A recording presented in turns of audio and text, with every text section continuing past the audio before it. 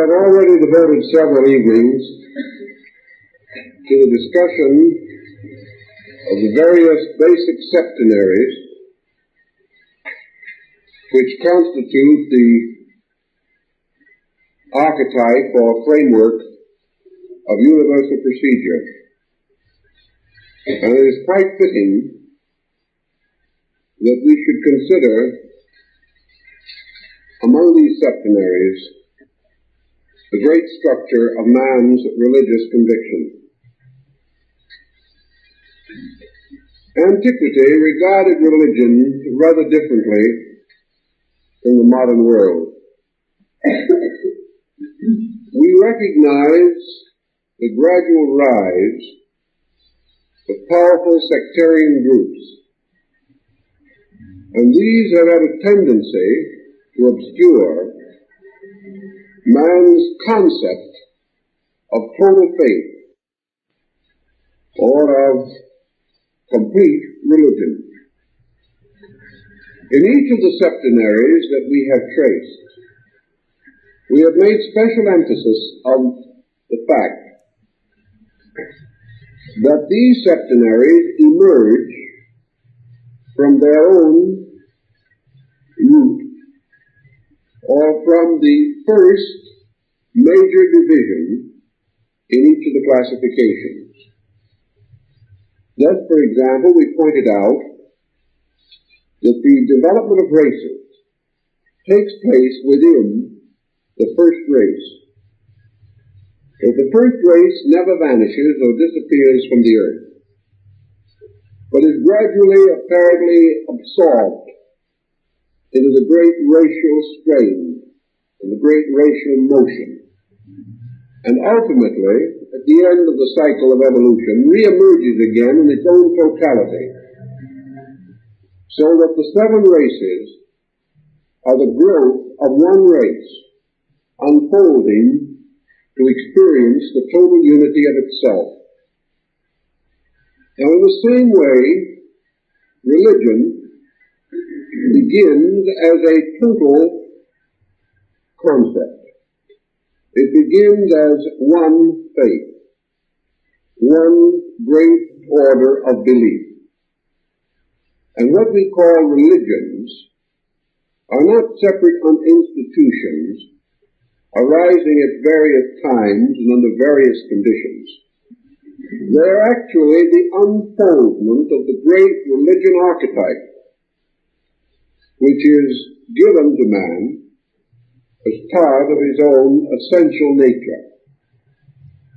Thus, man's spiritual unfoldment is under the keeping of a law, of a pattern, and this pattern remains available to him, though perhaps obscured in some ages, throughout the total need span which exists from the beginning to the full revelation of his own nature.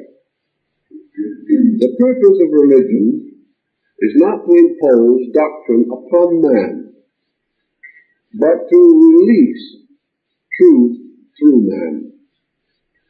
It is not the end of faith that men should actually come to accept one religion as primarily superior to another, but to accept the fact that religion per se is the sum of all its parts, and that the great religious mystery which deals with the redemption and restoration of human consciousness is a total mystery.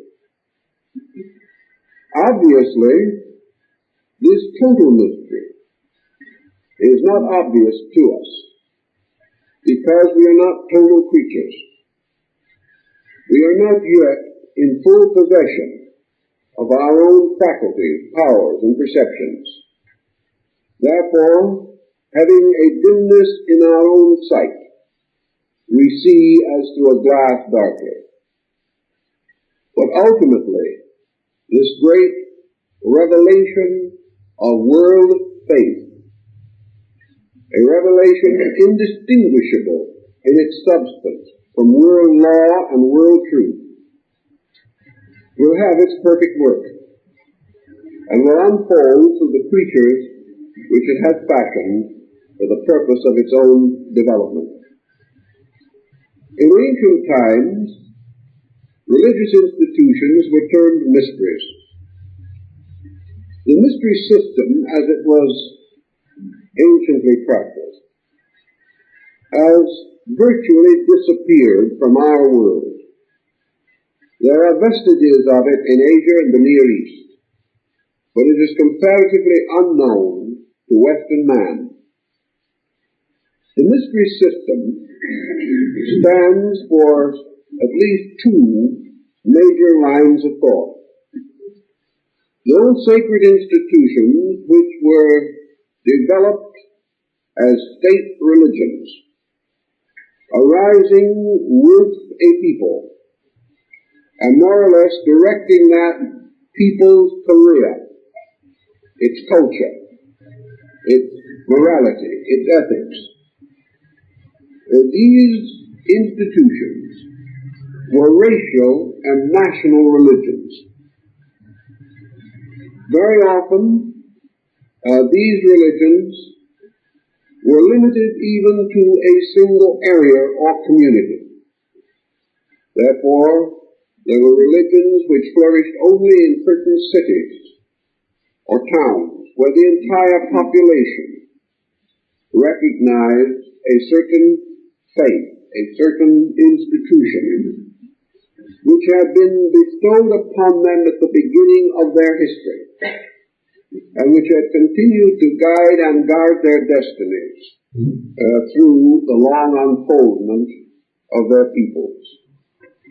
Our early Amerindian religious beliefs fell under this heading. The tribes could not and did not develop sectarianism.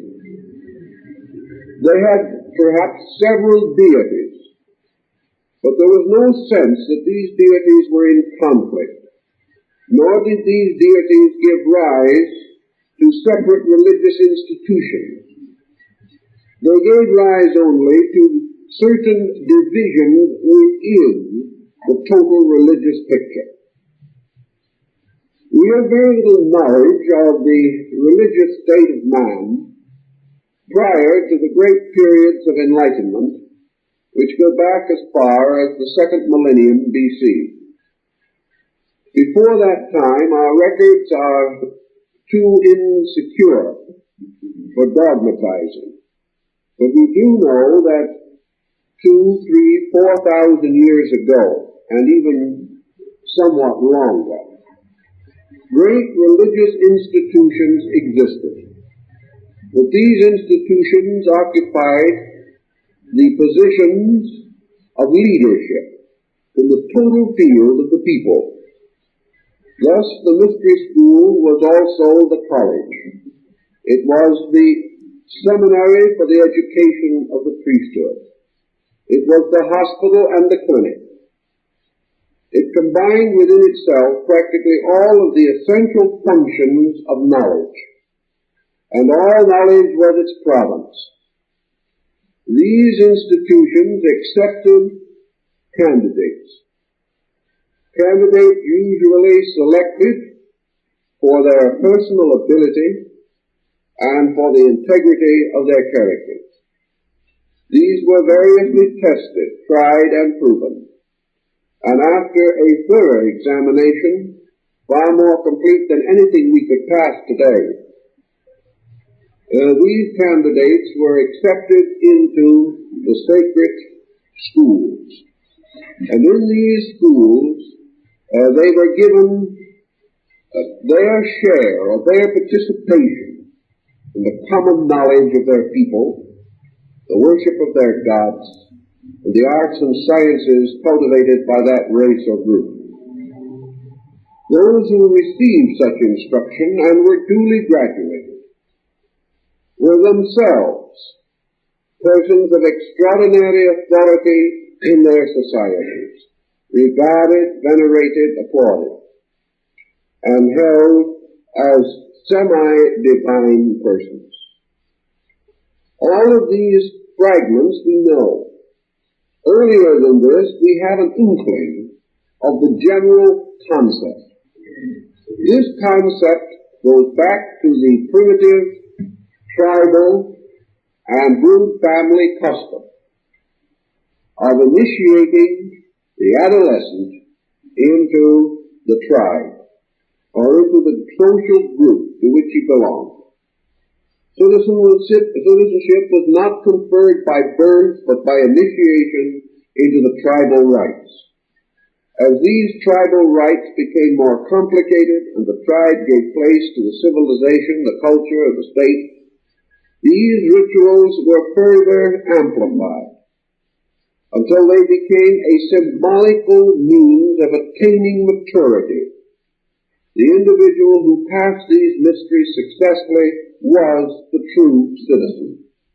He was the one empowered to represent his people, to vote in the common meetings and elections of his tribe or people. He must have this knowledge. He must have this internal participation in the deeper values of the group, or else he was not regarded as eligible to sit in the council of mature persons and legislate the future of his group, of his nation or tribe. Now these physical factors arose apparently instinctively in man. We do not know where they began or how, but we do know that from the beginning they were universally followed. That peoples in no physical contact with each other and of most remote origin held these ideas as common truth.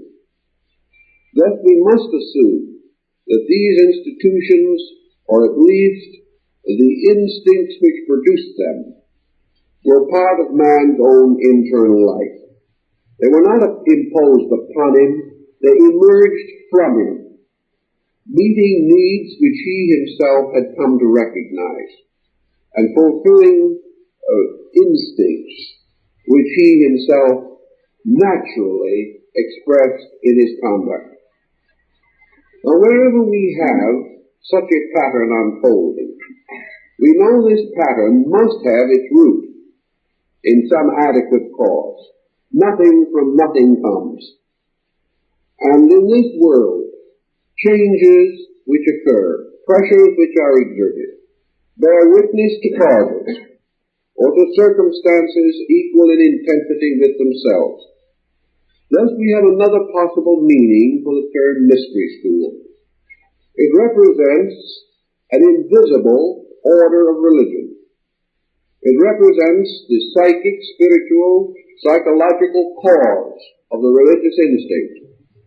It is itself invisible, like the soul of man. But like the soul, it produces visible consequences. And this intangible, from which flow tangible and obvious results or effects, cannot be regarded as less than the effects which it produces.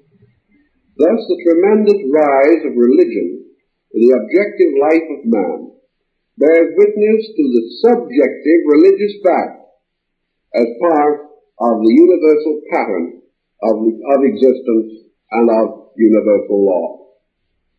In the ancient writings, in the old teachings about these things, therefore, we see or learn that the religious instinct or the religious concept perhaps can be most easily traced through the unfoldment of human racial evolution, or the racial development and structure of things. In the ancient mystical writings of the Jewish people, we are told that Adam went to school before the fall. We are therefore, from this symbolism, to observe that man, prior to his descent into a material state, while still during the Polarian and Hyperborean epochs, still visibly and physically a species rather than a race. A group of beings suspended above the earth or functioning through sensitized fields of energy, as we previously have described. That these beings, though not aware and not objectively polarized on a material level, still retain their spiritual contact with the great invisible universe around them. In this spiritual state, in this condition of internalization, they were under the instruction and direction of the hierarchs, or the great orders of beings, with whom they were still in kind of contact. And in the old writings we often learn or hear that in these ancient times, man, or the pre-Adamite creature, had an internal sharing in the great creative process of the hierarchies. Now the hierarchies are the great orders of beings, transcending man and administrating the world under the direction and power of the Logoi, or the great gods. These hierarchies are therefore orders of beings between gods and men, orders whom the Greeks call the heroes, the demigods, or the superhuman beings, the mysterious and wonderful teachers who walk the earth in the dawn of things. These hierarchs probably did not teach in the sense of human souls or beings sitting about and listening to them. The teachment was by way of man's internal contact with the entire order of creation. Thus man could observe the splendor of the spheres and realize that these were not merely globes floating in space or circling the sovereign altar of the sun, but that these were living beings, that these were indeed great angels, planetary or star spirits, and that this whole creation was full of life, full of radiant beings, serving, unfolding the various potencies and potentials which constitute the universe. Man, having this internal vision, could not be ignorant. He therefore could have no unreasonable doubts about providence. In fact, perhaps he could not even be aware of providence. He could not know good or evil. He could only adore that which was, or recognize the sovereignty of things known. And about things known, there is no confusion. There is no question, no inconsistency, and no conflict. It is about things not known or not generally obvious that we have difference of opinion. Thus, in this period, where it is said in the ancient Kabbalistic writings that human beings went to school in the university of the angels, man lived in the presence of causal agencies, revered them, understood them, and accepted them. Therefore, he lived in an experience of participation in a universe of life. He existed in a participation in the total conscious existence of space, as though indeed the heavens opened and the magnificent celestial choirs of Milton were known to him and experienced by him. When through what has been symbolically referred to as the fall of man, the human being descended into a state of obscuration, in which his internal faculties were darkened, and his knowledge of causes no longer gave him the vital facts of his own origin and destiny. He became, so to say, an orphan, a blinded creature, who, as he lost sight of the roots and substances of universal existence, found in their place the unfolding objective universe of matter. By degrees, his sensitivities to the material environment increased.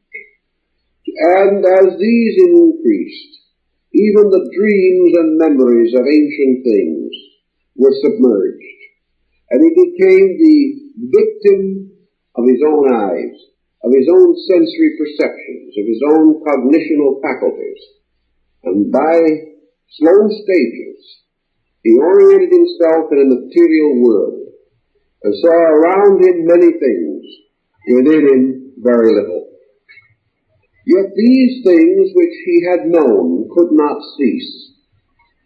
His own internal sharing at the beginning of things, and in the total inner of himself, his sharing of this vast universe of fact, this absolute reality, this did not die, because nothing dies.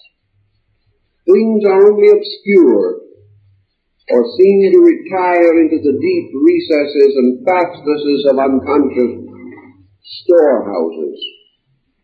But out of these roots, even primitive man had certain kinds of recollections. Recollections that were only available to him in dreams, in visions, and in his mystical trances and contemplations. He discovered, however, that if he became very quiet, if he became completely detached from the objective interests and concerns that were increasing around him and within him, he still could feel the strange impress of the great seal of universal reality.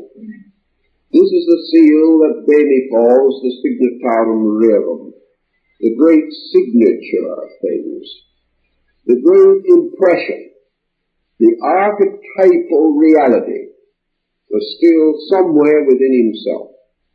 But it only came out to him in symbols, and in fragmentary visions, and in dreams, and in distorted pictures. But still this pressure was there.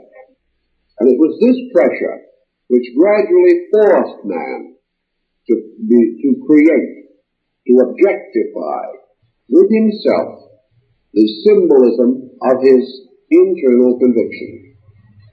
Thus man, objectively, materially, began to build the structure of his faith. He built it from his own impulses, his own instincts, and his own needs. And there is no question in the world that Ingersoll was in part right when he said that an honest God is the noblest work of man. That man actually created his own gods. He created his own angels and devils.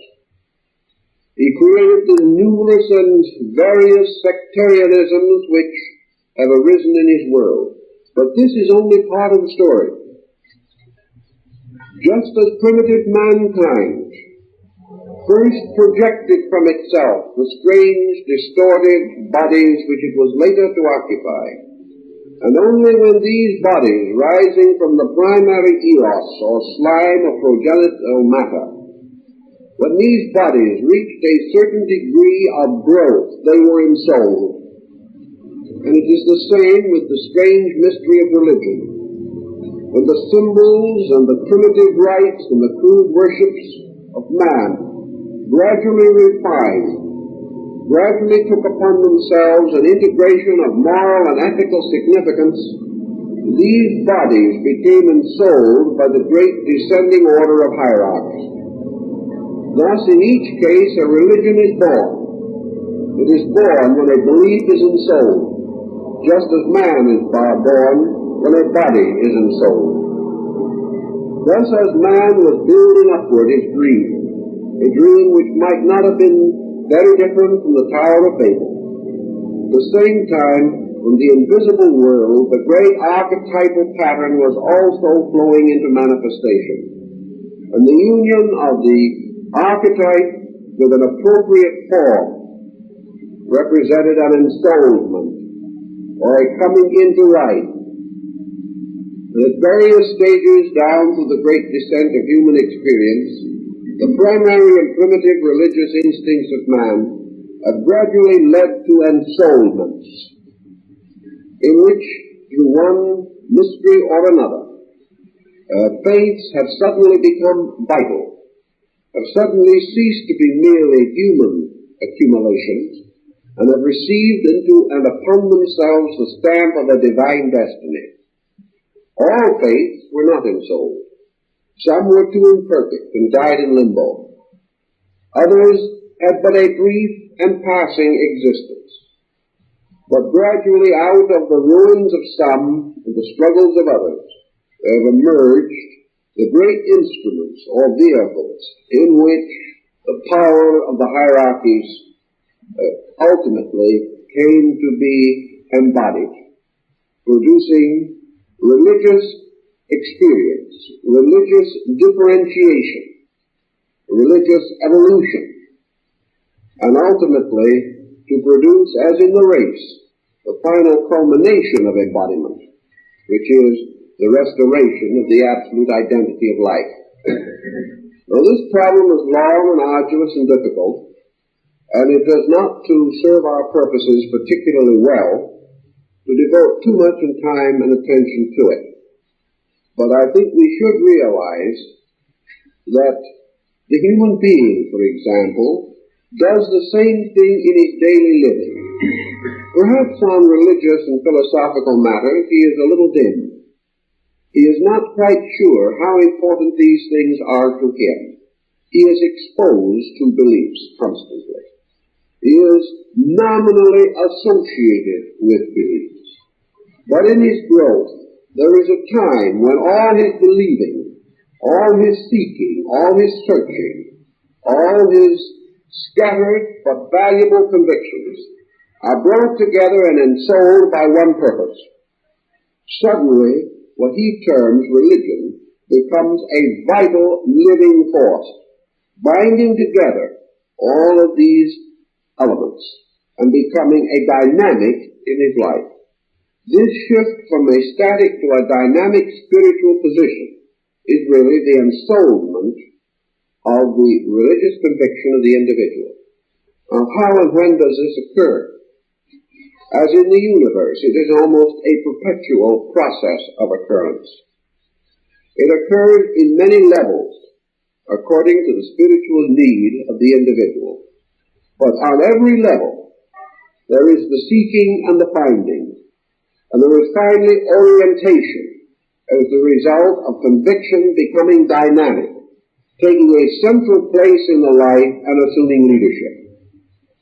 Thus, wherever conviction becomes the leader, wherever faith achieves its victory over doubt, wherever the individual moves into some position in which spiritual values become leaders, become dynamics in his character and in his conduct, then he may be said to have brought a union between religion as a universal mystery and religious symbolism as a series of personal experiences.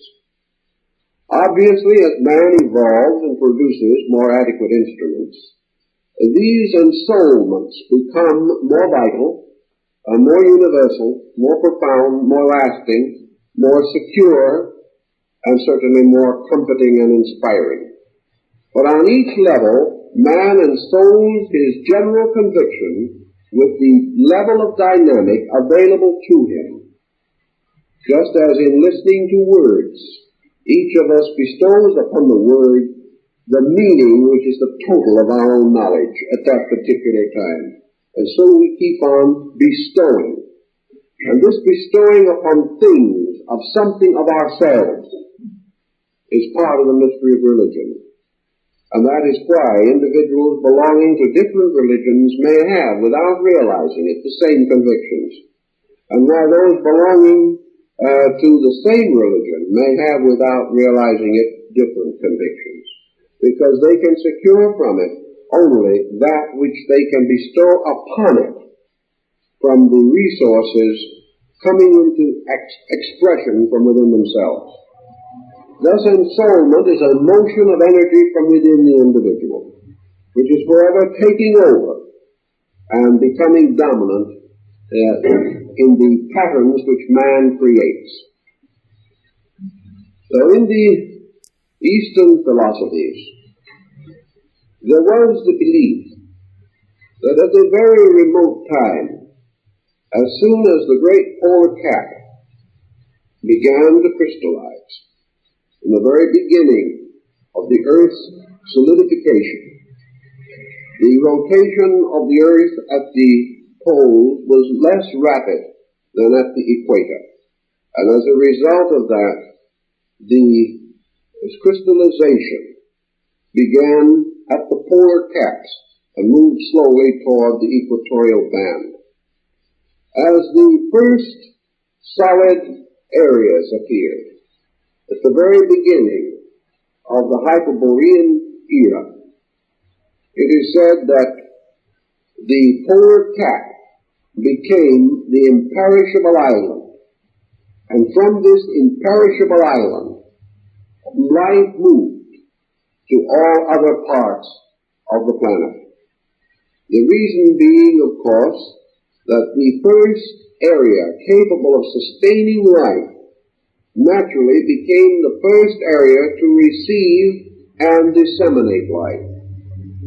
And as this life evolved, it spread, following the solidifying processes and moving as atmospheric conditions and the state of the Earth made possible along the great lines leading downward from the polar caps. In this time also it is said that the gods, or the great orders of hierarchs, made their immediate connection with the Earth and bestowed upon it the shadow of the great world mountain, Meru, the abode of the gods. The old astronomers tell us that Meru was actually located in the subtle energy fields far above the surface of the Earth, in the great northern polar axial point of the planet, far above all physical things, and that essentially Meru, or the city of the gods, remains there, but that its shadow or projection finally descended into the newly prepared Earth, and here at the polar cap, or in the imperishable island, all of the vast mechanism involved in the creation of a habitable world and the inhabitants of that world all flowed from this center. Thus life began here, nations began here, continents began, and this one imperishable island also became the root and seat of man's spiritual empire. For it was here, according to the ancients, that the city of the gods was built, and here that the divine government took over. Now this divine government was not an autocracy as we know it. It was simply the great administrative structure of universal law. We think of religion today as something different from universal administration, but actually there is no essential difference. For it is the duty of the leader, whether spiritual or from the standpoint of intellectual or philosophical conduct. It is the duty of the leader to bring the law. The great teacher is the law revealer. And as man does not realize that this is a re-revelation, he thinks of the great leader as the law giver. The leader does not give the law. He is the channel or instrument for its restatement in some sphere of life or experience. In this great order of things, therefore, the Trans-Himalayan school, located on the ancient site of the polar cap, which because of many motions of the Earth is no longer located directly beneath the physical pole of the planet. This tremendous center of energy, this center for the releasing of the spiritual laws by which the lives of all things are governed, this center was set up as the primary religious focus of mankind. All religion known to man comes from there. All religion is an unfoldment or a revelation of the realities that are associated with this great center.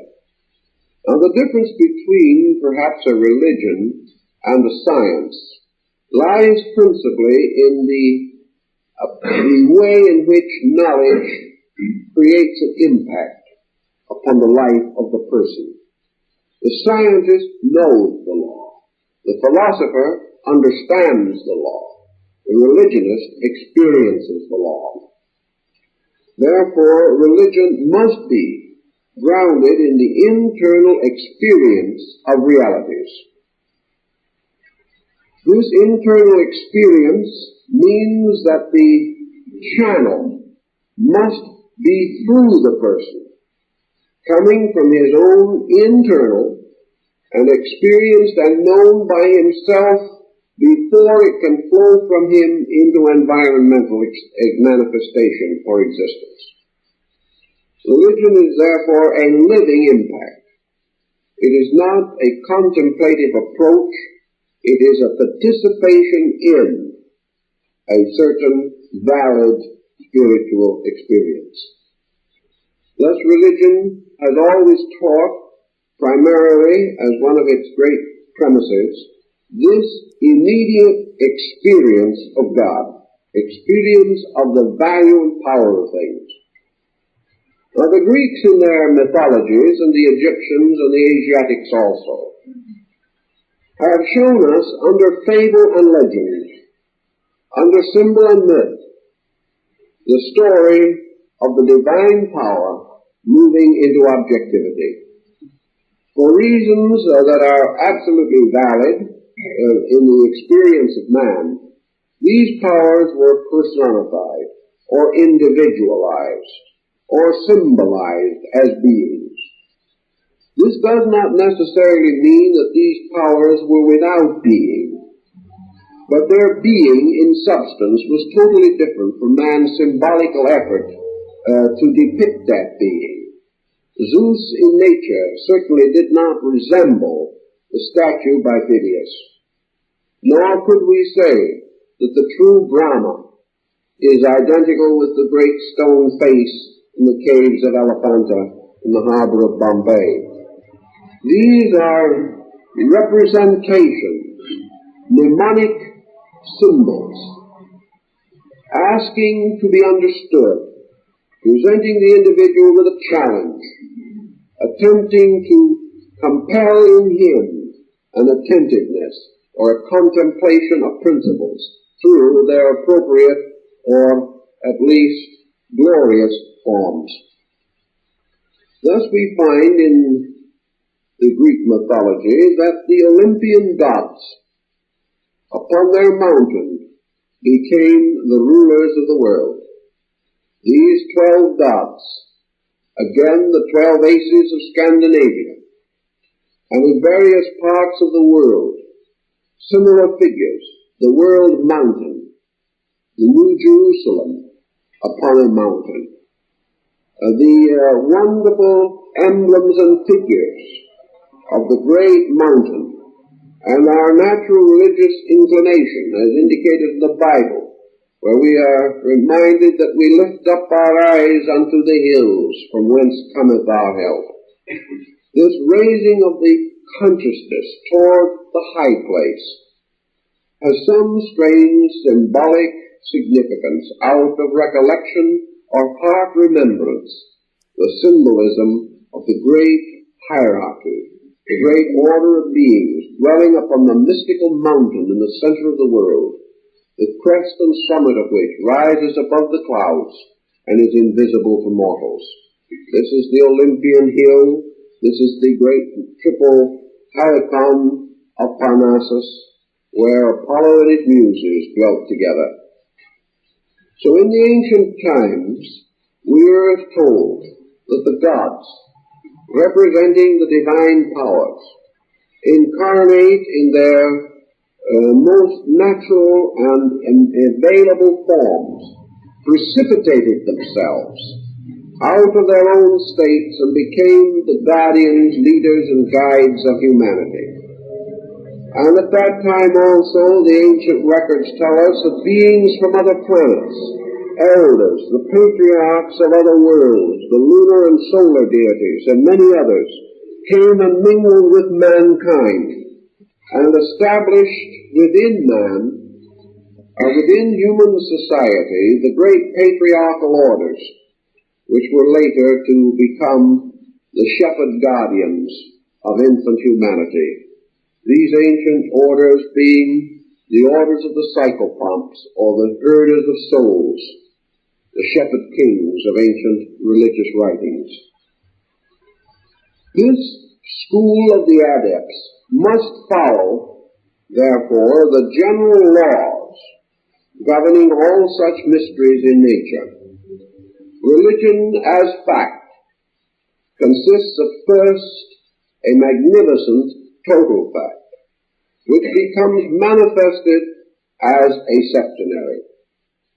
And as the great blazing septenary of spiritual truth radiated gradually into manifestation, we see there truth or reality broken up into 7 parts, which were known as the 7 sacred arts, the 7 sacred branches of learning. Now the truth of philosophy broke into the 7 great branches of philosophy, which are still recognized. The truths of science broke into the 7 sciences. The truths of architecture broke into the 7 orders. The truths of sound broke into the mysterious scale, with its octaves and its tones and its half-tones. All these things were lawfully done, because on every level and in every pattern, the same great principles were asserting themselves. Thus religion is given to man as 7 rays, or 7 powers of light. These 7 powers being aimed at and being equal to the task which man's spiritual need reveals. Thus we have in the concept of religion 7 cardinal virtues, or the 7 good things.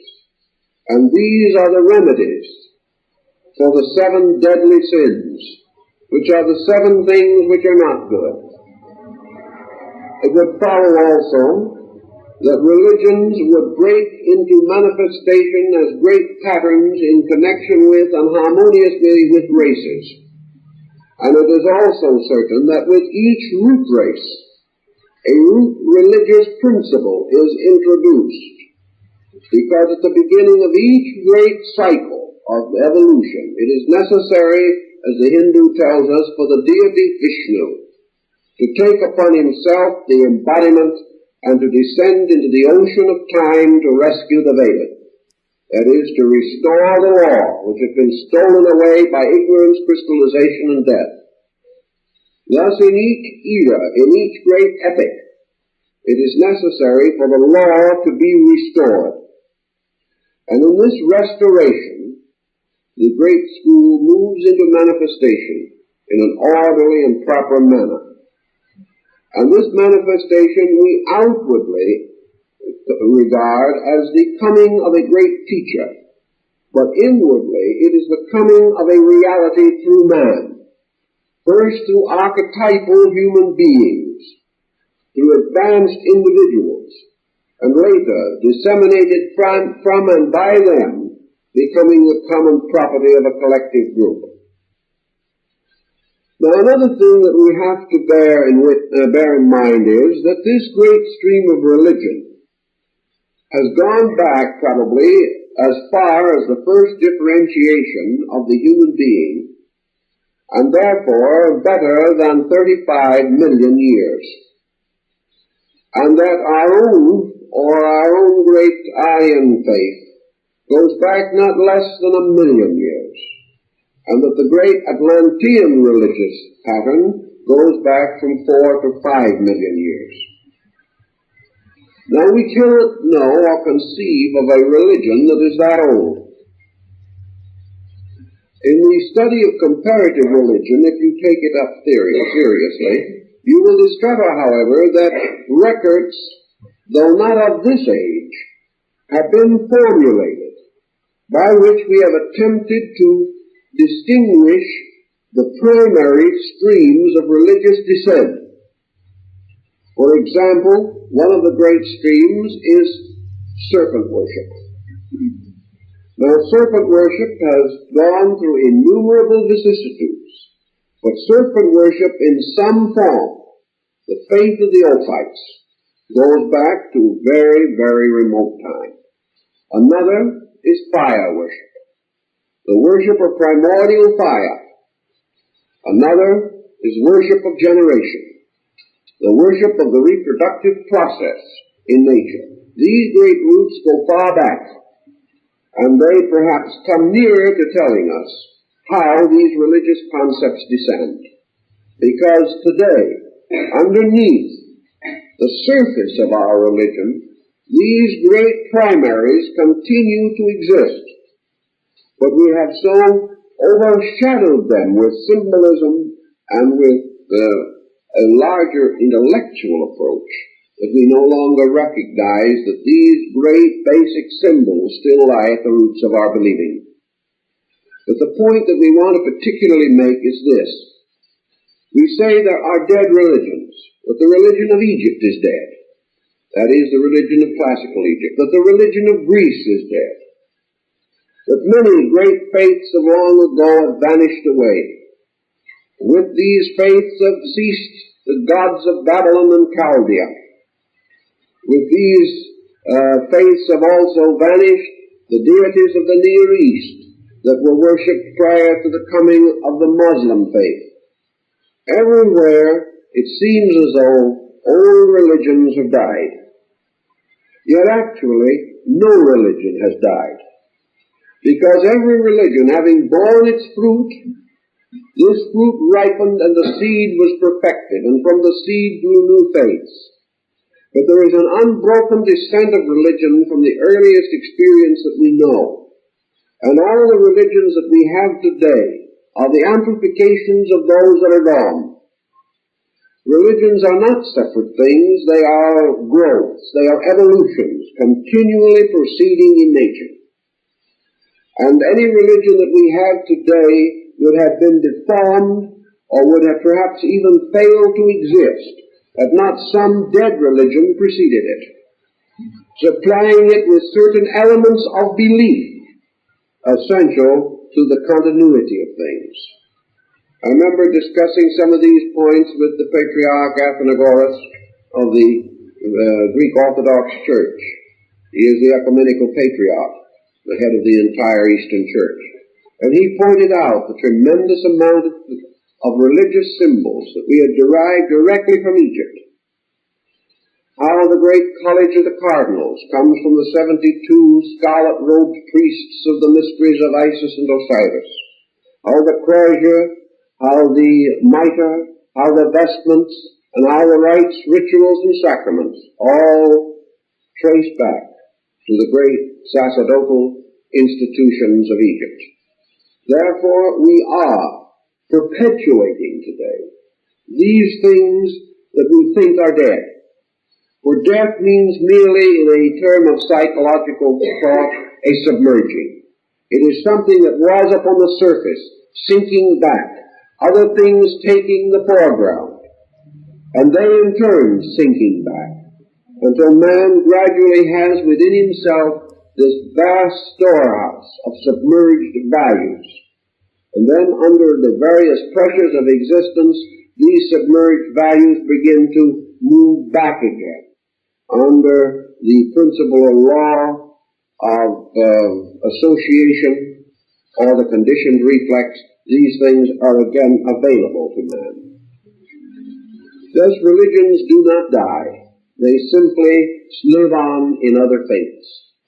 And this is true, of course, particularly of the great Atlantean and Aryan schools, which are still strongly represented among us. We mentioned in connection with the last evening's discussion, the 7 laws of nature, that 5 laws are revealed to us and 2 are concealed. Therefore, that for 2 of the great laws of nature, we have symbolic substitutes, because these laws have not yet been perfected within our own natures. To a degree, this follows also in our religious pattern, because today we have many religions, but we have 5 great religious systems. These religious systems have descended to us to become living forces in our modern world.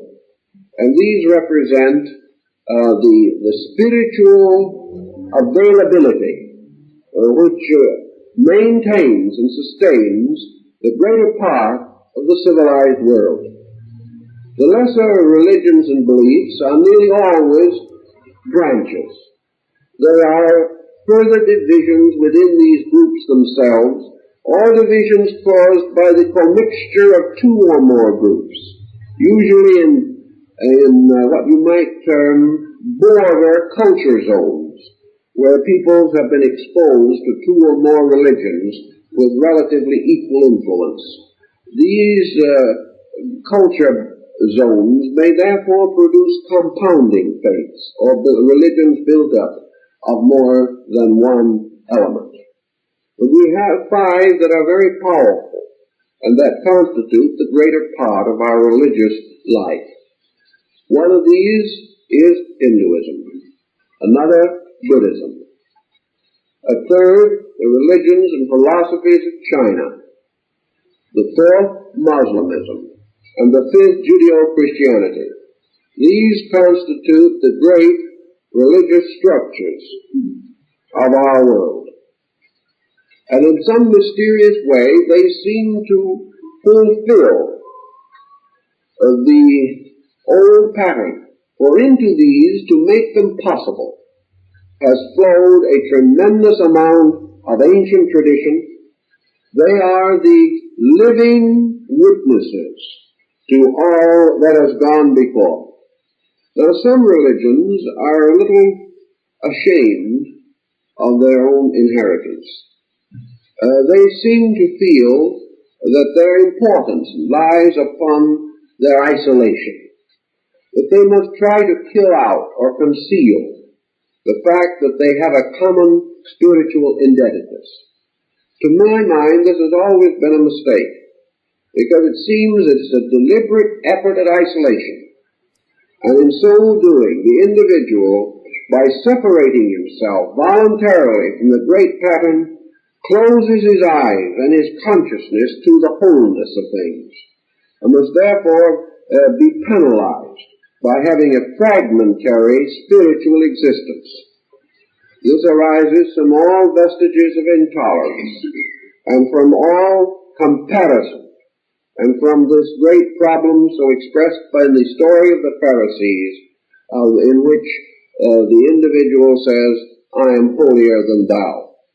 Actually, all of these faiths are to a measure mutually interdependent, that they have tremendous inter-spiritual integrities.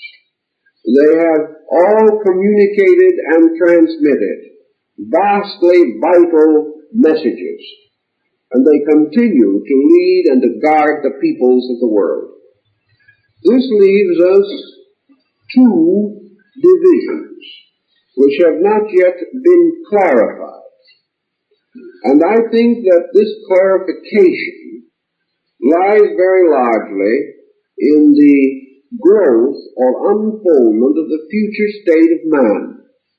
Every great religion in the world has in some degree or in some way anticipated a future dispensation yet to come, a way of life not yet perfect, which is to be fulfilled by some kind either of an avatar or of an embodiment of a superior being, or by means of an achievement by man himself which becomes equivalent to his awakening or his salvation through the increased spiritual availability of truth to himself.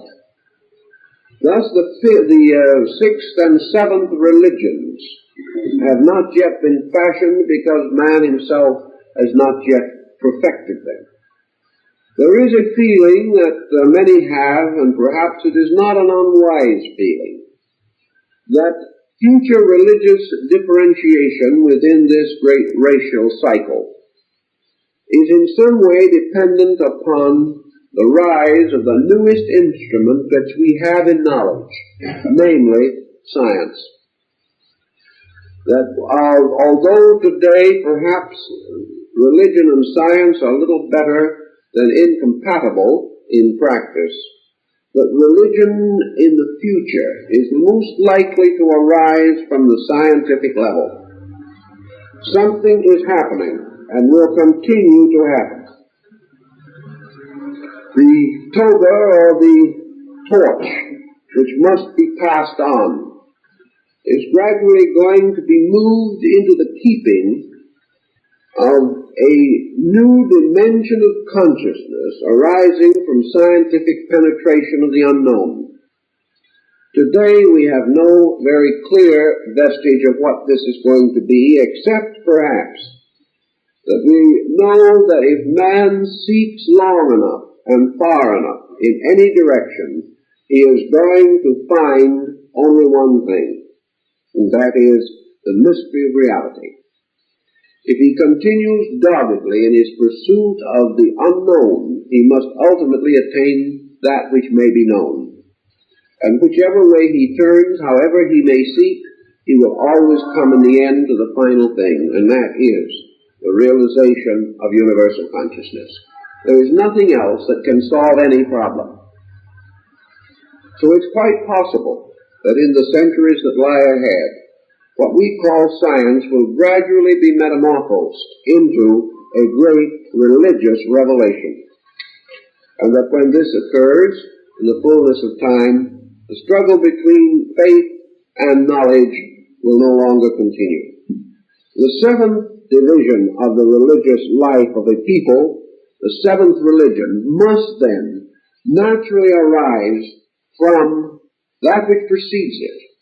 And in this case, as always, the seventh must be the fulfillment of the first, for that which is in the beginning shall be in the end, last, says the Scripture, and this particularly relates to the mystery of spiritual understanding. The religion which began, which died by being submerged into the mystery of creeds, is the great unity which must ultimately emerge. So as unity leads first to diversity, and then diversity ultimately leads back to unity, so the seventh religion of a cycle is the gradual restatement of the total picture. In the beginning there is one, and in the end there is an all that becomes one. So those who are laboring toward this great religious inter-understanding are definitely laboring toward the future. They are what the medieval mystic sons of towardness. They are laboring to the fulfillment of an instinct, namely this instinct that all religion is one great experience, and that until we appreciate it as such, we can never fully understand it. And where a beautiful idea has fallen upon evil times, and has been used at the expense and to the expense of a great many sincere persons, yet there are facts relating to these things which must or should be known, and therefore we can only remind the individual, the truth seeker, of the importance of his own integrity in the estimation of these values. In other words, the moment we come into the problem of the mystery schools and the descent of the great initiate tradition, we face people with an unknown, something that cannot be immediately checked, something that must be accepted or rejected upon authority of some kind, and which is outside of the probable experience of the individual believing it. Therefore, we rather advise the Socratic approach to this problem, namely that we are not always impelled irresistibly to experiment with everything we hear about. It should be possible for us to appreciate certain concepts without attempting to force situations in our own lives. We should consider these things as forms of knowledge, and not as something upon which we are going to build some private psychosis that may become dangerous and confusing to us. But this we do know, and it is now one of those secrets that has long been exposed and therefore can never be put back again into the listing or classification of secrecy. And having once become available to man, there is only one thing he can do with it. He must learn how to handle it. The tradition of the great schools cannot be taken away from us. We know. Therefore, as we can no longer be ignorant of it, we must begin to prepare to handle this form of knowledge, handling it discreetly, honorably, thoughtfully, wisely, and not become confused or not develop delusions of grandeur over these types of thinking. Thus we have this point. Everywhere in the world, from Asia to the ancient Americas, every religion and faith has affirmed and insisted that there exists in the world certain individuals who have become comparative masters of the art of living. I think we may assume without doubt or question that the schools also gave us the natural admonitions in regard to these people. Meyer, in his study of the laws of the Rosy Cross, published in the middle of the 17th century, points out that the mysterious brethren of this order are bound by an obligation, or by a series of obligations, by which they shall remain unknown, that they shall dress only in the garments of the countries in which they live, shall in so far as possible speak only the language of the country in which they live,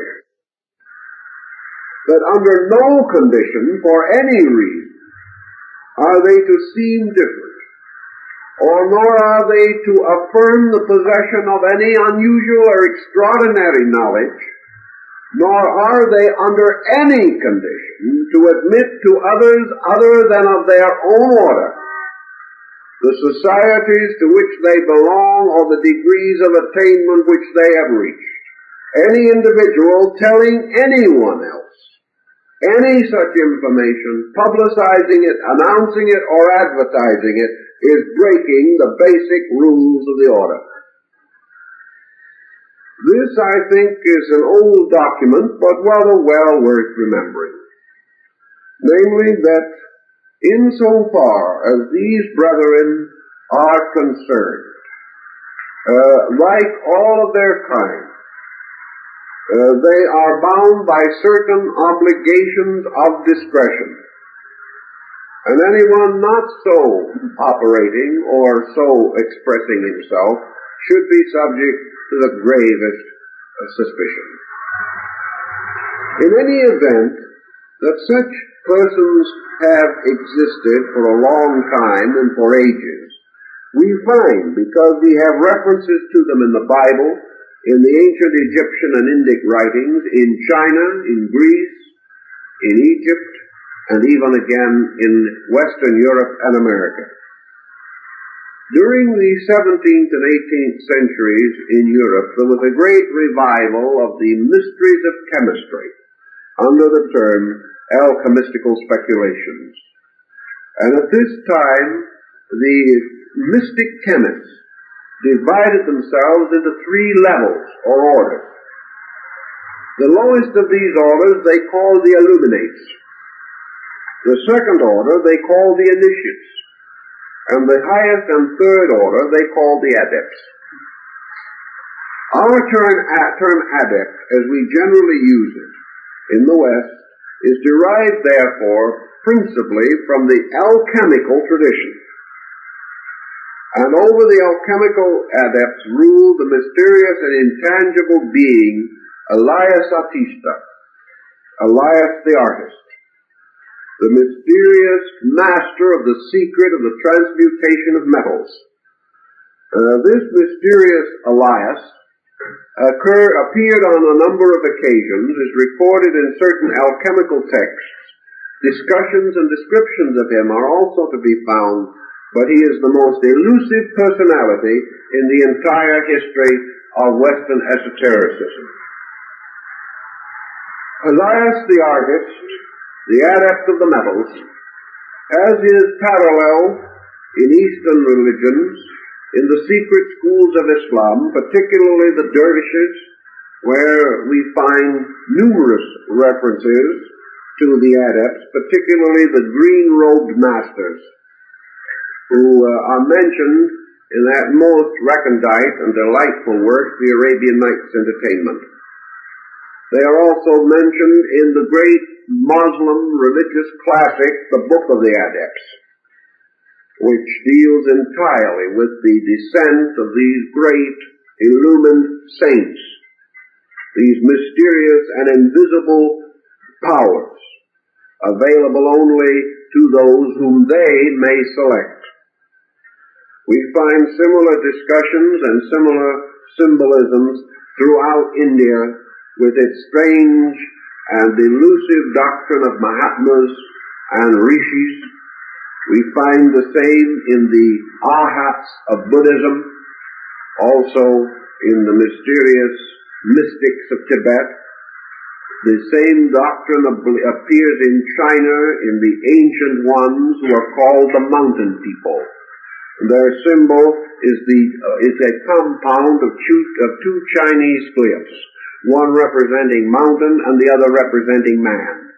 These are the mountain people, the ones who have retired from the world to live in the mountain of the wise, and they also are engaged in alchemical experiments and in the practice of yogic and tantric disciplines. Now these strange and mysterious people, we find them among the Eskimos, among the shamans of Mongolia. We find them down in the South Sea Islands, among the various tribes of Africa. Wherever man has gradually integrated a concept of religion, he has also integrated a recognition of the mysterious ones, the olds and the truths of American Indian lore and mysticism. The mysterious gods, the Manadus, who walk with men. Always there has been the supernatural visitor, the being who is different, but who may come and spend a day under our roof and go on again, and we shall never hear of him any more. The wandering ones who come to answer prayer, or who come to perform certain rites. Down, for instance, in New Mexico, there is a little church, and in this church there is a curious staircase, which perhaps is one of the most remarkable bits of carpentry that has ever been my privilege to see. In this little church there was no room for a congregation, and at the same time a flight of stairs leading into the choir loft. If they had had the stairs in, there was no room for the people. The church was so small. So the church prayed that there might be some way to get into the choir loft without removing the congregation. One day a man with a box of tools came along, dressed in a white coat and trousers, and he said, "I believe you folks need a staircase." And they said, "Yes, we certainly do, but how did you know?" He says, "I just find out about these things." So he built a staircase that is a perfect spiral without support. Every part of it linked together without even so much as a nail. And this staircase twists in a perfect circle up into the choir loft and has no supports for any part of the spiral. Yet it is perfectly secure and perfectly good. And when they asked him what they owed him for the staircase, he said nothing. And when he left a little note behind him. He said, with the compliments of Joseph the carpenter. And no one ever found out who he was, where he came from, and no one else ever saw him again. Well, if that had happened 300 years ago in Europe, it would have been regarded as probable that one of these strange, wandering persons who knew so much and whom no one knew was responsible for a thing like this. Even today, we haven't got a right, good, offhand explanation, but we don't approach it in quite that way. But in any event, religion is always rich with these stories. Stories which affect persons many times so essentially reputable and so distinctively realistic that it is hard for us to completely ignore them. A story such as that of the Count Saint-Germain and his place in European life and thought, and of numerous arhats and religious leaders of Asia. These beings we cannot completely deny. I remember talking with a very venerable old Indian mystic in Calcutta, and he said, you know, ever since the British have been here, they have been trying to tell us there were no such things as Mahatmas. And all we can do is smile and say, someday there will be no such things as British. In other words, the fact remains that these things have never been shifted by education or culture as we know it. Because these experiences come too close to the personal life of the individual. And in the old teaching, the belief was that what we call the spiritual government of the world was entrusted to an order of human beings rooted in a divine pattern and led by powers superior to man, functioning through mortal beings, and that this government actually held the entire earth in a spiritual equilibrium. That this government consisted essentially and basically of a complete astronomical theory. That the great government of the world, or of the adepts, the mystery schools, is according to universal existence itself. This government was said originally to be the source of the idea of the 12 mysterious powers that sit together around the mysterious Siege Perilous, around the Holy Table.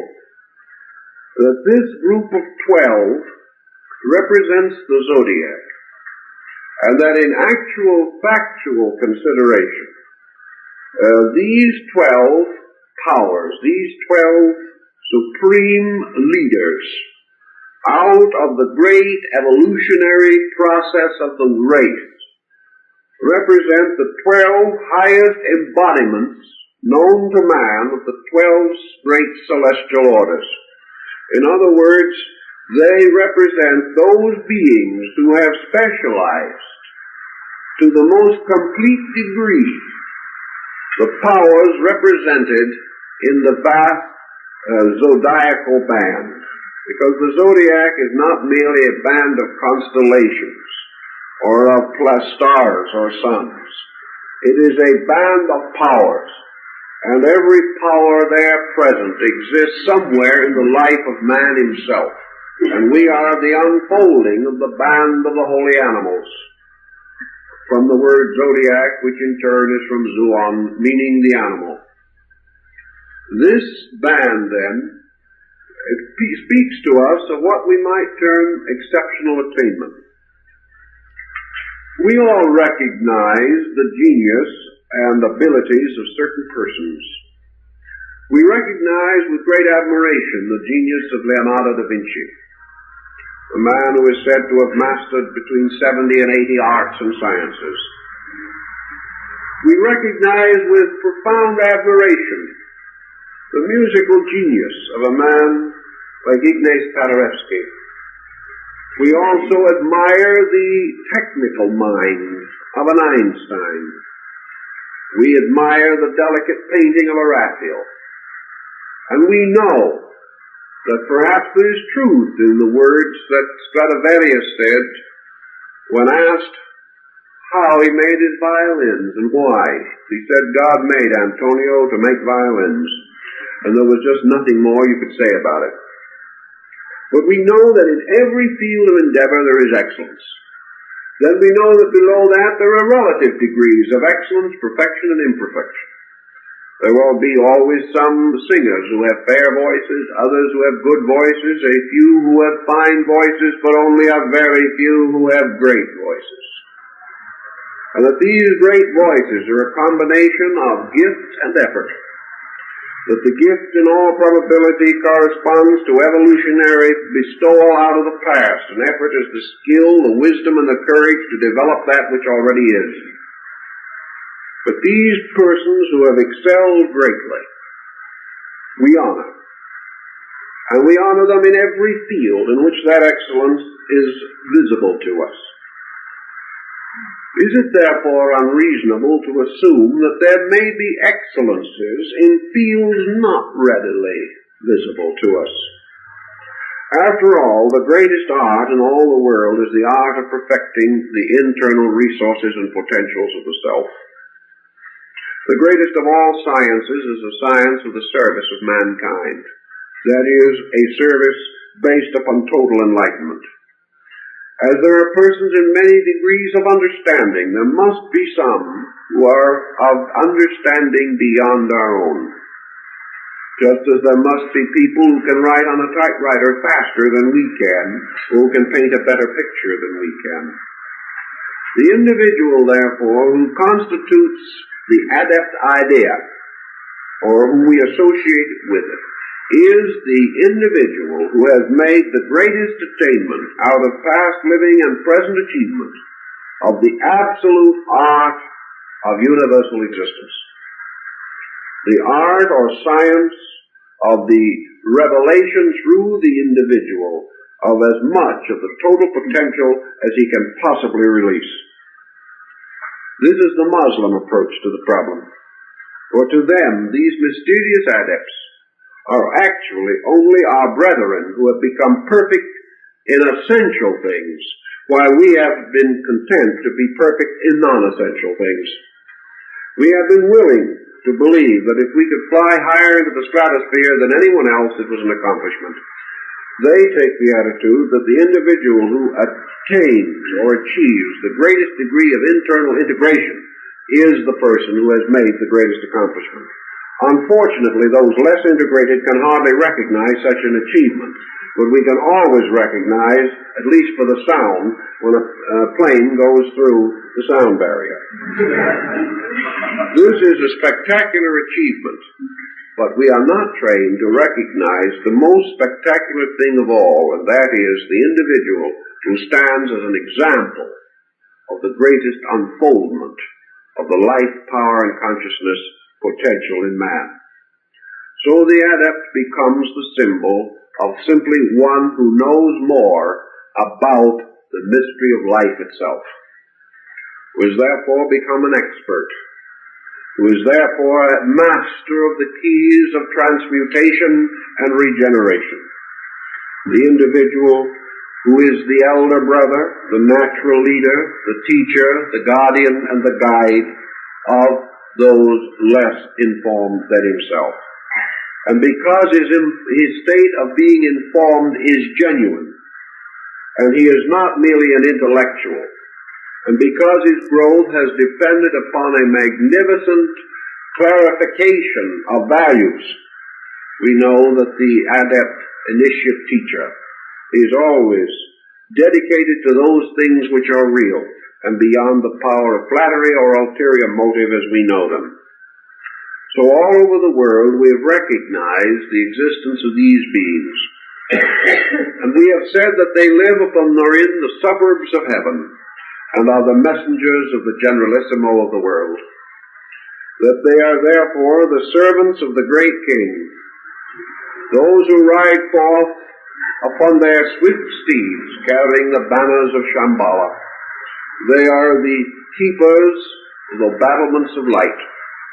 And while we may or may not ever see them, know them, or recognize them, the whole world, in its deepest religious conviction, believes them to exist and is able to advance a kind of proving, a form of evidence that is acceptable to those who are willing to consider it, namely that the individual who wishes to prove this for himself must become capable in himself of recognizing this degree of advancement when he beholds it.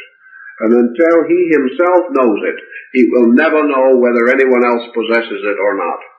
Up to that time, he must only accept or reject upon the basis of his own intellectual attainments. So the adept tradition being universally distributed, we can then follow the general thinking that associates with it. In the great school, according to the old teaching, the 12 who form the great hierarchy, or the 12 orders that are the human equivalent of the 12 hierarchies of heaven, recognized in the ancient classical and Kabbalistic mysteries, that these surround the mysterious throne of power, the mysterious siege perilous that is ever vacant, the symbol of the sede vacanti, the chair that is empty, the throne that no one can occupy. And this throne is the symbol of the great power of the Logos, or the divine being itself, which if present remains unseen and can be known only by the benediction which it bestows. This is therefore the first church, the original ecclesia, where those who are gathered together receive the mysterious Pentecostal experience, or the descent of the Holy Spirit, and where these symbols occur in other religions, and they occur in most other religions. They are all said to be derived from the basic symbolism of this essential world mystery. In this great system, it is announced or told that in the remoteness of time, 5 brethren of this great order went forth into the world to produce certain distinct and useful effects in those days when the world was in the forming. That these 5 are corresponding to the first 5 signs of the zodiac, and that these 5, having completed the mystery, or the ministry for which they were intended, retire from the world and never leave this great siege perilous. They are the 5 guardians of the throne. They remain forever in the holy house of the mysteries. This allows the 7 remaining to have a kind of manifestation of their own. And these other 7, representing the other 7 signs of the zodiac, form the mysterious jewel of 7 stars, referred to in ancient Egyptian mysteries, and the secret mystery of the little bear, or the symbol of the rishis of India. The 7 who become the star ones, the great light ones, the blazing, the shining, from which our word rishi would come. These are the 7 mysterious internal planets, or symbols of the 7 powers of the soul, over which these beings have attained their peculiar virtue or achievement. These in turn become part of an order of manifestation in which already 5 of these mysterious beings or powers have formed their schools, or have sent forth from themselves their orders and their hierarchs of teachers. The other 2 await, like the 6th and 7th Buddha, for the time which shall be with us in the great day. In other words, in the time which is next, or in the time which shall come in the fullness of things.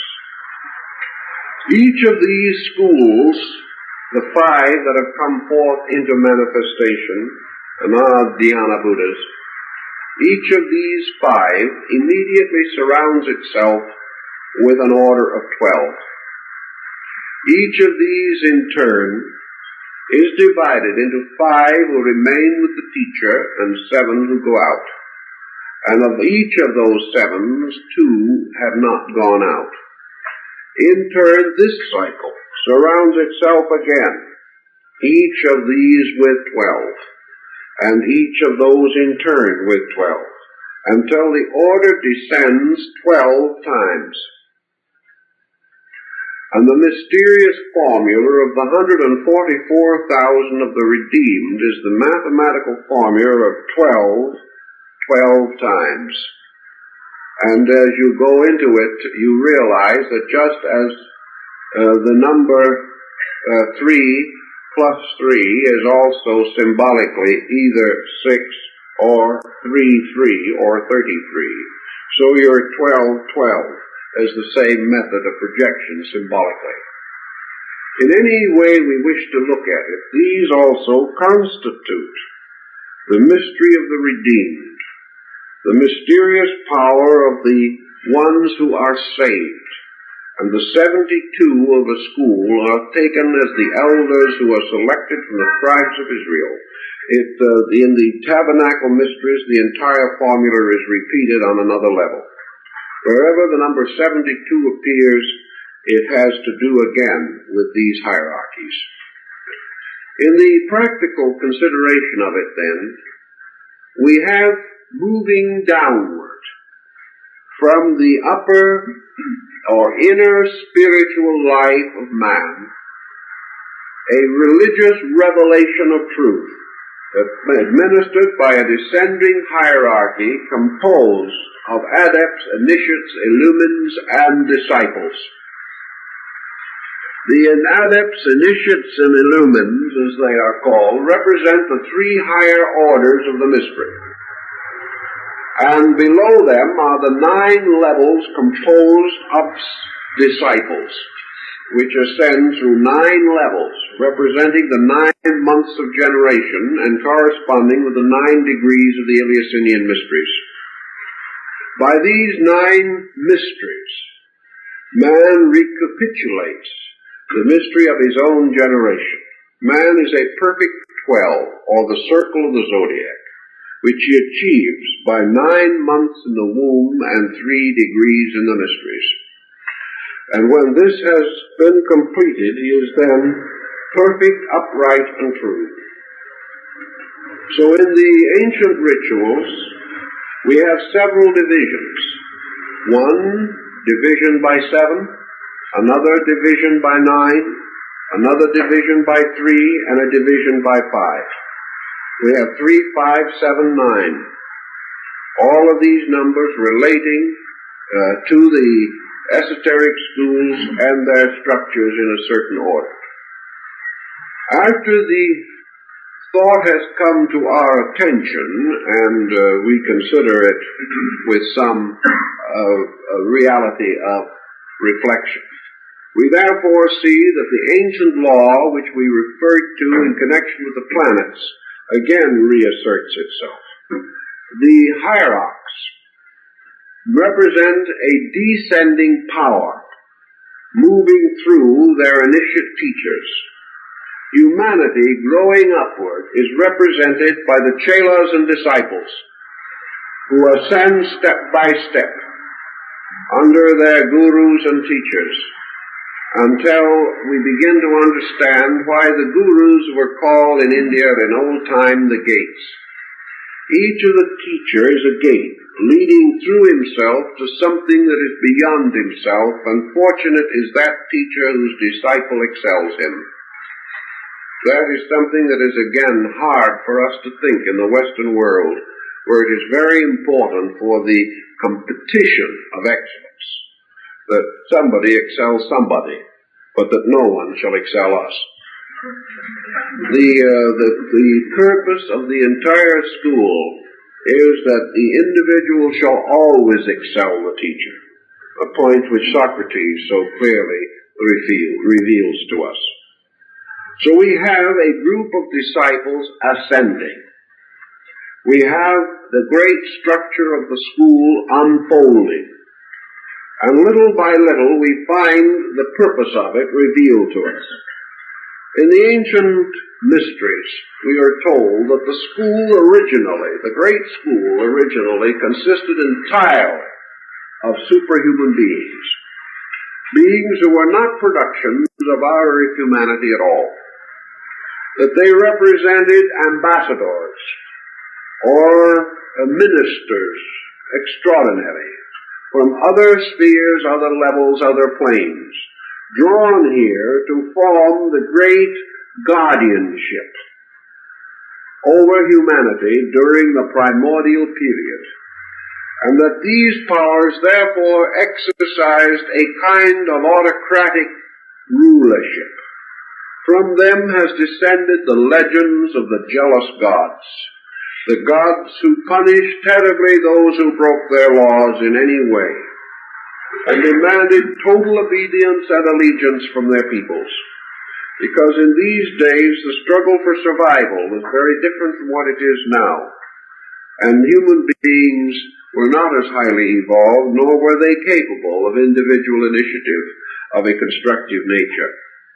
But gradually, through the last several million years, from the fourth subdivision of the great Atlantean era, the adept school has gradually shifted.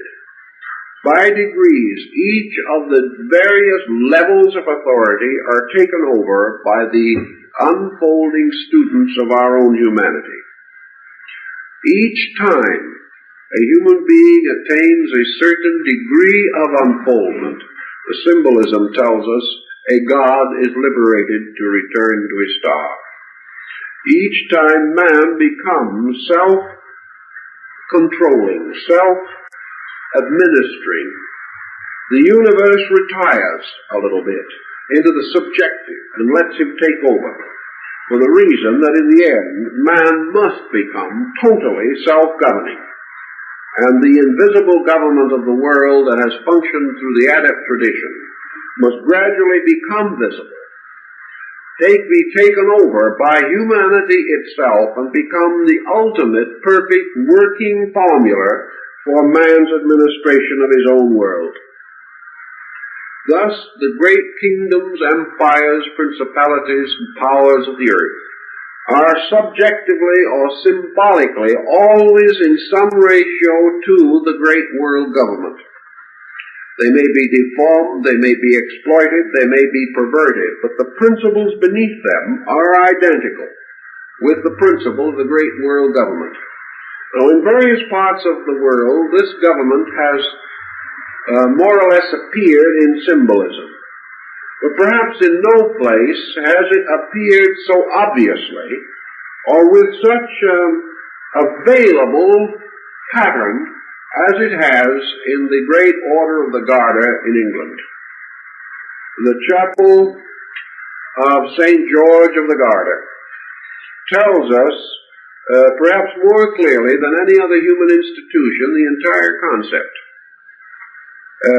Obviously, it has departed from its original footings, but much of the symbolism remains. The chapel of St. George of the Garter is the chapel of the kings at Windsor. It is here that in the ancient time the knights of the Garter met, and even under comparatively recent time. And in the height of its authority, every throne of the great church or chapel of the Garter was occupied by either the actual head of a government or some very highly influential person in that government. And in the chapel of St. George, for instance, are the thrones of the Garter kings. And on these thrones are the names and tablets of those who have occupied them. And over each throne is the banner representing this government. And perhaps it would be a little surprising to realize that one throne was occupied by the Emperor of Japan, another by the Emperor of China at the time they had an emperor, and alongside of that the throne of the Emperor of Germany. All of the royal powers of Europe seated together in the chapel of the Garter, and with them many of the great powers of Asia. Here was a symbolic statement. Now at a certain time in their rituals, the knights with their squires and pages, because your squire becomes your initiate, your page becomes your illuminant. Each initiate with his two attendants, his squire and his page, taken from the orders of chivalry, which were also, like the great paladins of Charlemagne, a restatement of the great cycle. At a certain time the knights drew their swords, each one with the cruciform handle, and they formed by the interlacing of their blades a great star of light in the center of the chapel. And their blades formed a star of many points with an open center. And this was the symbol of the Siege Perilous, or the moment, or the great symbol of the coming of the star of light, or the presence of the Adept King, who was never visible, but was regarded as being in the midst of them at all times. So here was a kind of government of the world. It was symbolical, certainly, particularly after the loss of the Black Book, which was said to have been the book, the Mystery of Kings, originally given to the world by Hermes Trismegistus. All this symbolism, however, like the symbolism of the meeting of the knights in Parzival and the great Castle of the Grail. The Castle of the Grail is the symbol of the Great White Lodge. Each of these groups are the same essential symbolism. They tell us of two things. First, of a divine government moving out constantly, and the second, of an ascending humanity climbing the rungs of a ladder and gradually taking upon itself the responsibilities of self-government before men. Thus, as material mankind works for the establishment of self-government through democracy, so the internal life of man spiritually is being directed inevitably toward ultimate self-government through illumination. Thus, the entire school, the hierarchy, is built upon this double interlacing pattern, the pattern of man growing upward and gradually taking upon himself the responsibilities for his own conduct. Man, coming of age, finally becomes the total governor of his world. Now, in the course of ages, according to the esoteric tradition, there comes periodic intervals, breaks in the normal growth of things, periods in which transitions from one level of growth to another become imperative. And these transitions are related to what is called the cycle of the phoenix. And the cycle of the phoenix was the old method used to measure the repetition of the bird of immortality, the rebirths of the Adept King concept. The phoenix is always the symbol of the world teacher. It is also the symbol of the work of the world, for it is the labor of the world teacher that man shall rise from the ashes of his own dead, and that from the death of things birth shall come. For the phoenix is one bird alone in the world without a mate. And this bird, when it comes to die, flies to an altar in Ethiopia, and there perishes of its own will by casting itself into the flames. And at the time of this occurrence, the body of the dead bird breaks open, and from its charred ruins the phoenix is reborn. The new phoenix is born from the body of the old. This probably is why it was chosen anciently as the symbol of the seal of the Adept king, and why perhaps it was chosen originally to be placed upon the obverse of the Great Seal of the United States, which bird has gradually lost a little of its phoenix-like attribute and is now regarded as an eagle. But in the original seal, on the original dollars, and in the original engraving, it is a phoenix. This phoenix of immortality is said to live 600 years. Therefore, in the ancient mysteries and traditions, it is said that certain dates, 1200 BC, 600 BC, the beginning of the Christian era, 600 AD, 1200 AD, 1800 AD, 2400 AD, that these are called the cycle dates of the phoenix.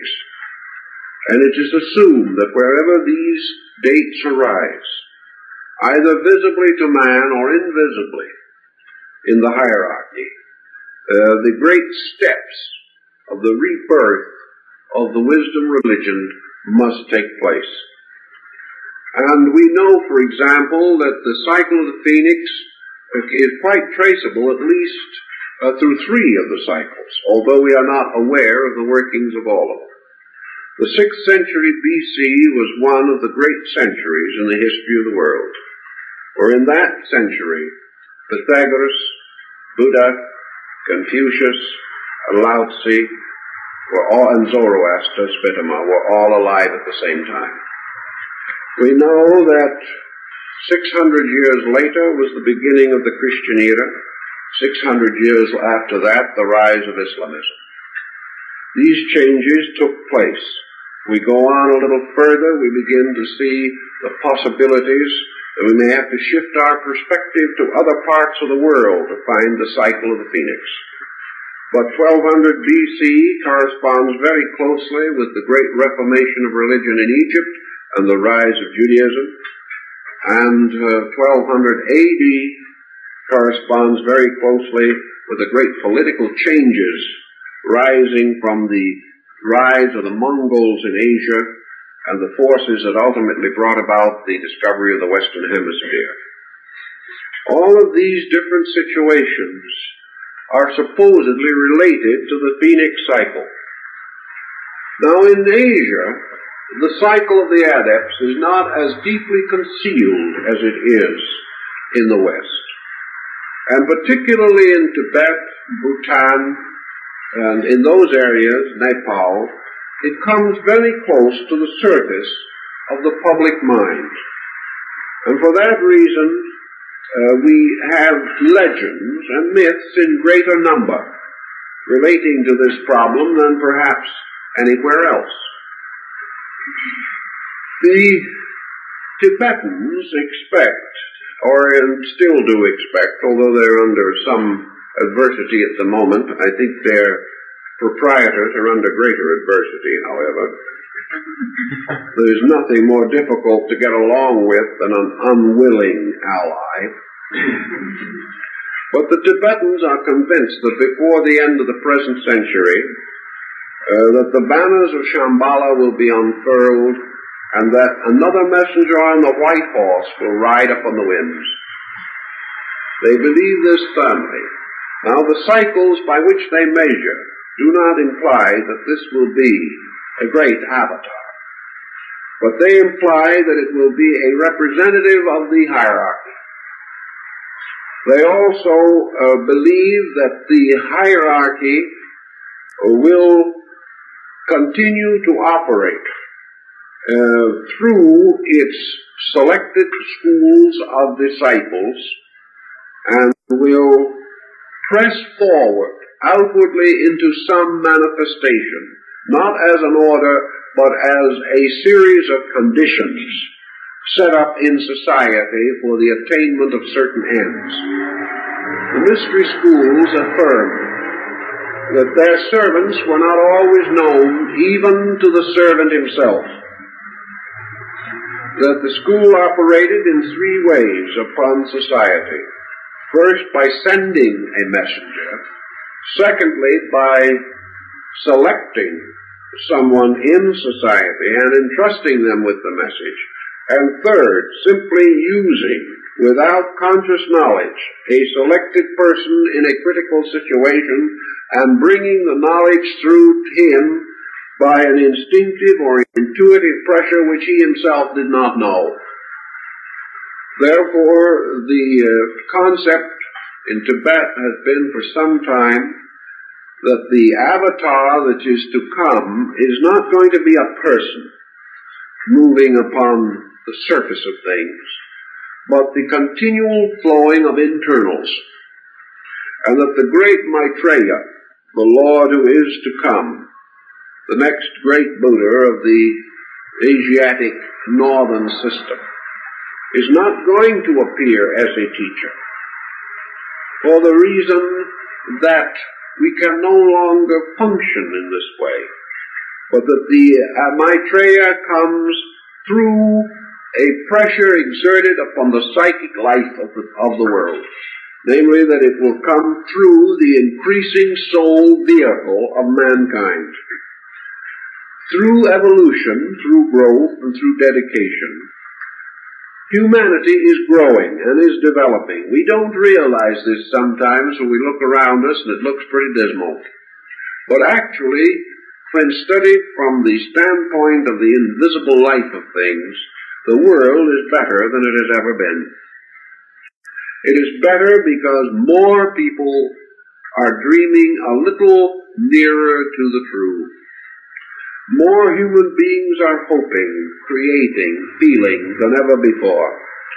And while a few dynamic and difficult problems face us, the whole soul of the race is richer than it has ever been.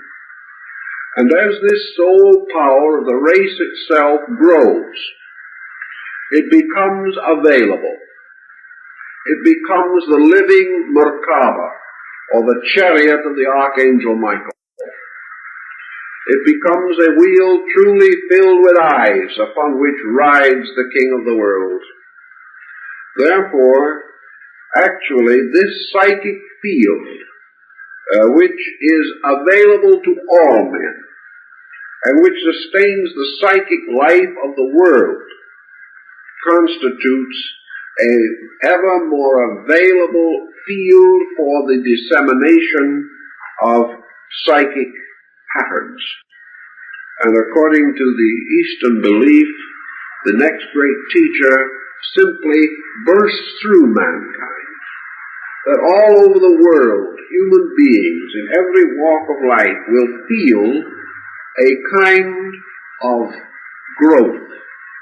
They will attribute it to their own faiths. They will never suspect anything in particular, except that it will become vitally easier to do the things that are next. And instinctively they will be done. The individual will feel more and more the call of enlightenment. And through this will come the changes which we hope for. One will be attributed to one person, one will be attributed to a new law, someone else will say, and somehow we were lucky enough to get a better administration this time. No one will know what it is. But when the hour comes, when the great Lord of Shambhala places his feet upon the earth, things will move from within themselves, not to some idyllic perfection, but to the next great thing that must be done. Now, the next thing, certainly, that has to be done is to fulfill the purpose of the fifth sub-race to which we belong. And the fulfillment of this purpose and the consummation of it, so that the next great racial motion can begin within it, is that we have to solve the great problem of the Aryas. We have to come a little closer to the purpose for which we were created. And that is, in our case, the rescuing of the mind from the obvious. We have got to begin to recognize the creative dimensions of the mind. And gradually the science of conscious adjustment to value must be intensified. Man must develop the bridge between objectivity and subjectivity, because if he does not, he is locked in the objective and the obvious for all time. So to build this bridge, we must fulfill the admonition of our remote ancestors, man, know thyself. So the next great move, according to the tradition, is that man will begin to experience the unfoldment of internal faculties of apperception. That things that to us are now strange and mysterious will be of increasing frequency as the psychic field of man releases them, and that the time will come not too far in the distance when we shall begin to live with roots in conviction and the ability to internally experience the fact of an internal life. That we shall consciously recognize our own dignity as beings, and that out of that dignity recognition, out of this valuation of things, must come a total reorganization of civilization. For this reorganization can only come from the individual who is no longer able to accept the thing as it is now. And the only thing that can change him is the increasing dimension of his own consciousness. Therefore, the next sensory perception must come. And with each sensory perception, the total slate of man is changed. Everything that was is no longer enough. Therefore, man, using the faculties that he possesses, must live according to them. And as these faculties give him greater depth penetration, he must live according to this penetration. He can live no other way. So the great school, advancing its purposes, takes things that were once hidden except from the few, and tells us that the visions of the prophets, the mysterious reveries of the saints, and the great mystical experiences of the avatars, that all these things are the heraldings of powers ultimately available to all men, and that every human being has within himself the necessary potential by which he can come to the living experience of his own spiritual fact, his own need, his own universal reality.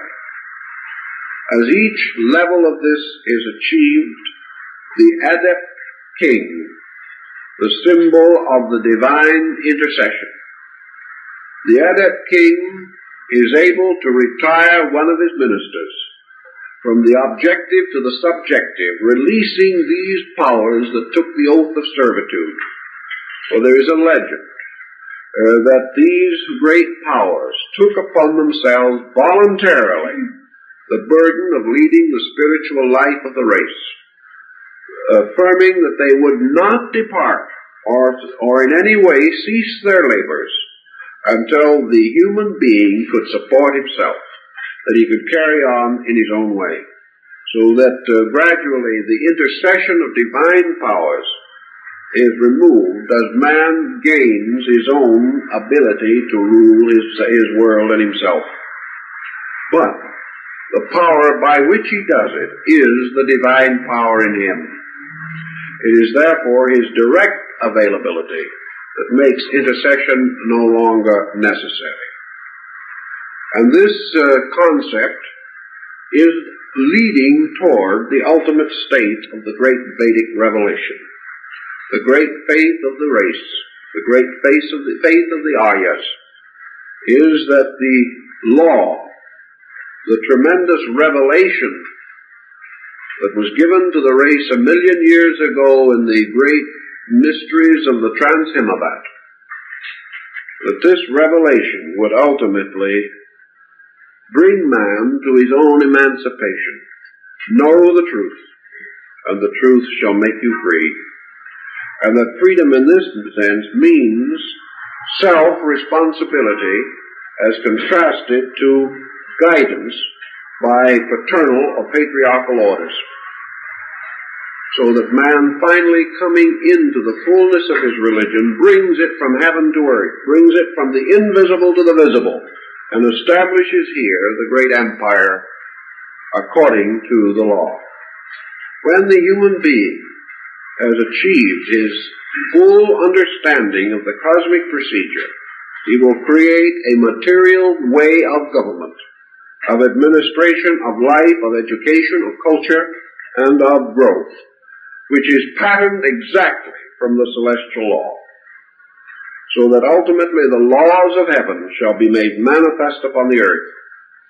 And when man understands the internal universe, he will run the external universe according to its rules. And in so doing, he will create the empire that shall endure. He will create the way of life that cannot die, because it is a manifestation of an eternal life itself. As he corrects these various errors, he will perfect his own systems, until finally he will have available to him the direct stream of his own religion. He will bring it to maturity, and in its maturity it will become the great leader of his life. When that has been accomplished, the invisible temple will be visible in the world.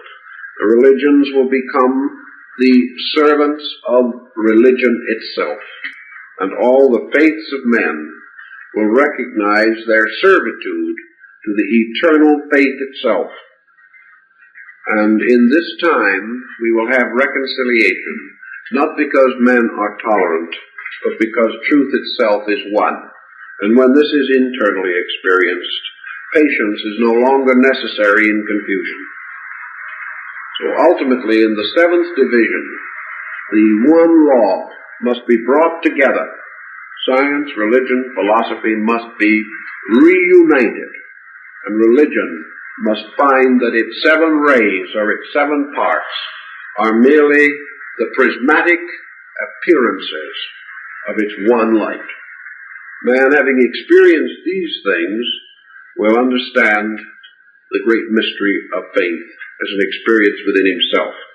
He will then discover that whether he knew it or not, that each human being belongs to one of the 7 colors, that he is part of these colors of good and evil, that each human soul, in the beginning of its great pilgrimage, came forth from one of the 7 rays, and that therefore he returns home along his ray, and that therefore he has a specialized existence, but that this existence, though specialized, is compatible with all other existence, and that any 7 persons uniting, one belonging to each ray, forms the perfect jewel, and that these rays are not combative or competitive, but represent the 7 powers of God, in turn the projections of the 7 laws of nature, in turn the mastery of the 7 arts and sciences,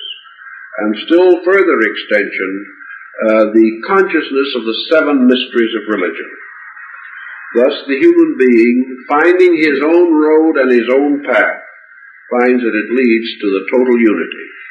But each individual will ultimately return to his home, to his place in universal consciousness, along the rays from which he came forth in the beginning. These rays are the guardian angels of religious philosophy. And having returned home, he finds again that he is united with all things, along the seven paths he returns to the great house, and there he is joined by the five who never come forth, and together they celebrate the mysterious cosmic Eucharist, the symbol of the participation in the total life of the world. All these mysteries belong essentially to the secret school tradition. Fragments have come out in all religions, but the total concept awaits its perfect fulfillment in the spiritual experience of man himself. Well, I guess our time is up, so that's the best we can do for this time. And we hope to see you next week.